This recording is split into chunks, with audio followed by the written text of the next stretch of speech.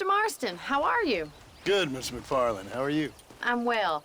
Would you mind riding with me to Armadillo? I've got to get some supplies and I could do with the company. Of course. You can take the reins. It wouldn't do for a terrifying bounty hunter such as yourself to be seen driven around by a woman. Hop on up, Mr. Marston.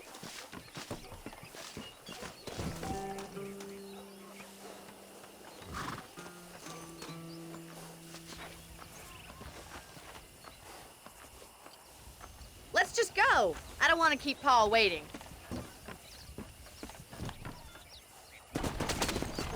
You're looking much better, considering you were almost buzzard food a couple days ago. I have you to thank for that, miss. So do tell me, have you needlessly risked your life since we last spoke? No, miss, I have not. Well, that's a relief. Perhaps there's hope for you yet. I wouldn't bet on it. Oh, there's always hope, Mr. Marston. You can't be a rancher in this kind of country if you don't believe that. An admirable attitude, miss. I suppose so. I can't think of any other way to stay sane, to be frank. What about you? Have you ever given up hope altogether? Hope hasn't really entered into it. It's not really something I think about. A peculiar outlook. I can't really say I understand you. I can't always say I do either. Oh, don't be so deliberately enigmatic. I'm not, miss. Yes, you are. You are being deliberately obscure as a substitute for having a personality. I just know there are two theories to arguing with women, and neither one works.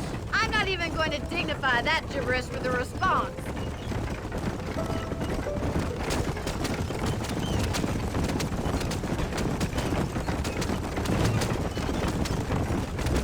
I think it's kind of funny I found you dying on the side of the road and now you're driving me into town. You have a strange sense of humor. Well, you must admit, it's an unusual start to a friendship. I didn't realize we were friends, Miss McFarland. Oh, please. Now who's being funny? Listen, I know that business with Williamson is your business, but I don't know. You've been good to us, and I don't think you're a bad man. A little stupid, perhaps, but not rotten. I just worry about you gallivanting around these parts like you're some kind of deranged bounty hunter. Like Paul always says, don't go waking snakes. I appreciate your concern for us lesser mortals, Miss McFarland. I really do. And if there was any other way out, I'd take it. I can assure you of that.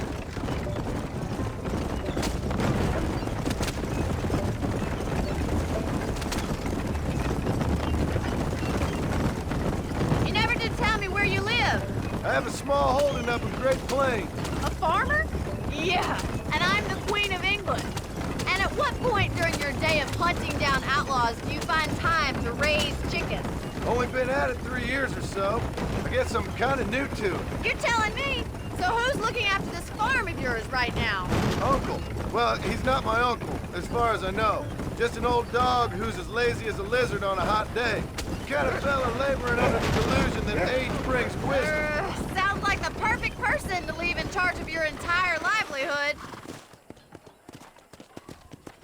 So this is Armadillo. Manhattan it is not, but it does okay for us.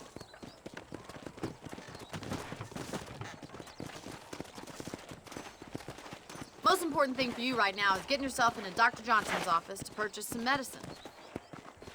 The first one's on me. Thank you, miss. I'll pay you back. I'm sure you shall. The doc's a good fellow. He saved your life, so be polite to him. Meet me in front of the general store when you're done.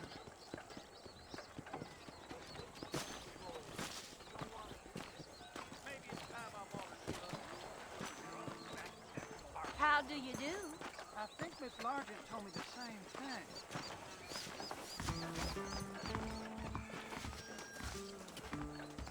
Not feeling ill, I hope. Need. Hi there.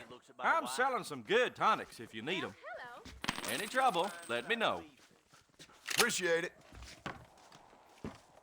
Tumble is getting like one big graveyard. I should open a branch there. If this place cleaned up, I'd have to think about moving on.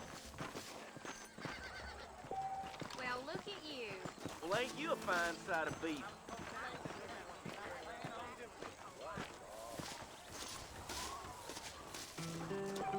Well, thanks for driving me. It was nice to be able to enjoy the view for once, and a little company never hurts now and again. You're more than welcome, miss. Least I can do. Thank you for the medicine. Why don't you have a look around Armadillo? You can always take a stagecoach back to the ranch later. I might just do that. Travel safely, miss. Try not to get yourself shot. I won't be around to save you this time.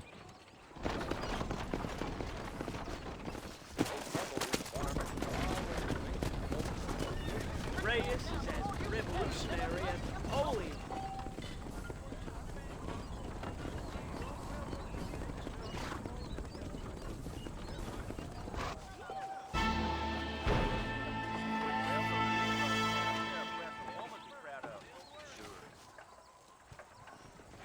Howdy.